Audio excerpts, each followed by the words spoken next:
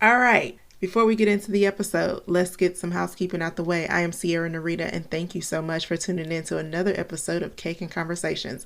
Anything that you hear on this podcast is for entertainment purposes. I am not a trained professional. I draw from my own experience. So, if you are someone who needs to seek additional help or professional help, please do so. Now that that is out of the way, let's get into the episode. I'm writing a vision and making it plain. Don't think it's a game, and some of it just might be hard to obtain. I know it, but I don't care, cause I know deep in my brain I'm destined for greatness, and I would not get it if I keep on playing. So let me go get it. Hey guys, so this is CiaraNirita. Thank you so much for tuning in to another episode of Cake and Conversations. So before we get into the actual episode, I wanted to just pop on real quick and say that, again, thank you so much for listening, but I wanted to say that I'm definitely praying for this country, this world. Right now, we are in a crazy space in the midst of a pandemic and in the midst of so much anger and hate going on, with so many people not understanding that Black lives do matter and understanding that what that means. And they don't understand that just because a Black life matters does not mean that we are saying that no other lives matter, because all of our lives do matter. But in order for everybody's life to matter, Black lives have to matter. And so the episode that you're getting ready to hear is a particularly short one. For one, because it's a vulnerable space for me. It was something that I did in a moment. Actually, it was almost 2 a.m. when I recorded it, but I recorded it after I did a brain dump because I could not sleep. So I couldn't sleep and I needed to write, and I ended up writing what became this episode. And so this is a very vulnerable episode for me because it was some things that actually I was feeling that was weighing extremely heavily on me and still do. But at this moment when I wrote this, it was extremely fresh. So enjoy the episode. Hear my heart. Thank you so much for tuning in. Hey guys. All right. So today is going to be a little bit of a different episode. Against the backdrop of the coronavirus, the effects of what is happening in Minneapolis, and with the horrific murder of George Floyd, things have been kind of sitting heavily on me. I don't know if it's because I've been in the house, with a few exceptions of having to run a few errands, mixed with the fact that it just makes me so sad that men like George Floyd are losing their lives in the streets to the people who are supposed to be protecting and serving us. The people who our tax dollars pay to be here in our neighborhoods. It has to be a combination of both. But this past Thursday, some of you may know I am still working, thank God. I work from home right now, but I am still working my normal day job. But on Thursday, I decided to go for a 20-minute walk over my lunch break. And when I decided to do it, immediately I hesitated. And I hesitated with the thought of, is it safe to leave my house?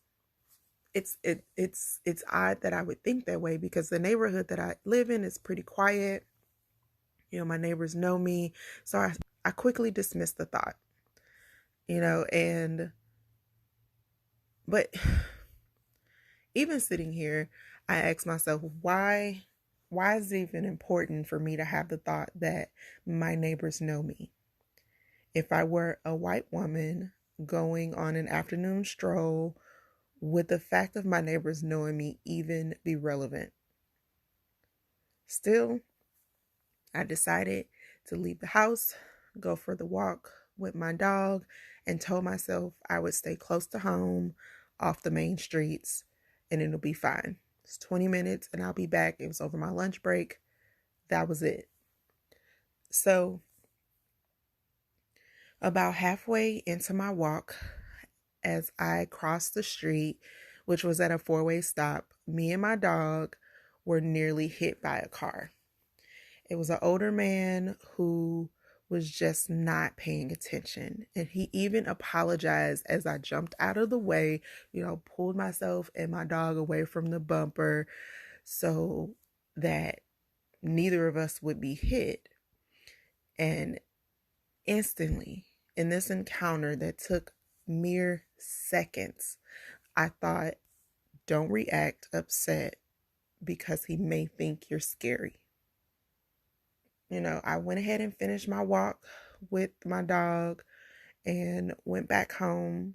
And it wasn't until later in the workday, in the afternoon, when I was kind of wrapping up my workday, I happened to start having a instant messenger chat with a coworker friend of mine. It wasn't until I started talking to her. She's a white woman that I truly, truly appreciate. I consider her a friend at work, and I've even had conversations with her outside of work. I consider her a friend. And I didn't realize how much it affected me until I was doing this instant messenger conversation and literally was crying real tears as I talked to her about my reaction and how my reaction scared me.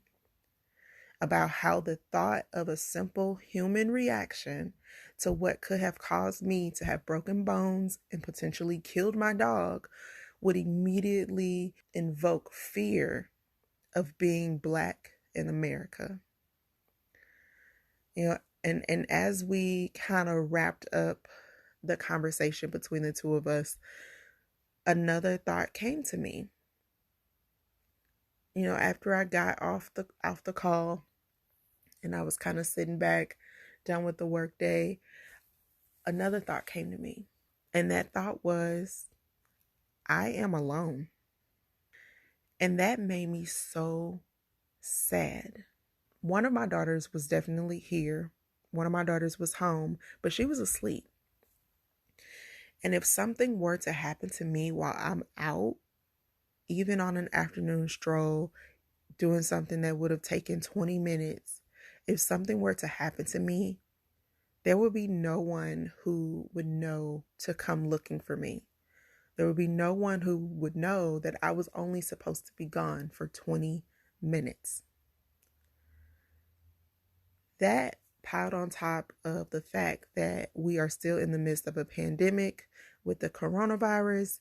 And, in the area that I live in, there are hundreds of new cases daily, which means that the hospital are overwhelmed, and a hospital visit could potentially put myself and my daughters in harm's way. I thought, I am their protector. And the country that we call home is killing the men that will one day become my protector. The men that will know if I'm gone too long on a 20-minute walk. The men that will one day take the place as the protectors of my daughters, our brothers, fathers, and sons. And I am tired, and I am sad, and I am angry. But just like my sisters before me, whose shoulders I stand on, the pain and the tears that I feel, it has to take a back seat to the fight to gain simple human rights in a country that we built and that we continue to build structurally and economically. The human rights that they continuously tell us that we have, while simultaneously stripping them away from us daily in the streets for the world to watch. So I use my voice, I use my podcast, I use the gifts that God has given me that this world will never be able to take and say, I will always stand in the gaps for my brothers and sisters who were not given the chance to stand for themselves. I love you. I pray for you, and I am with you. Thank you so much for listening. I will talk to you soon.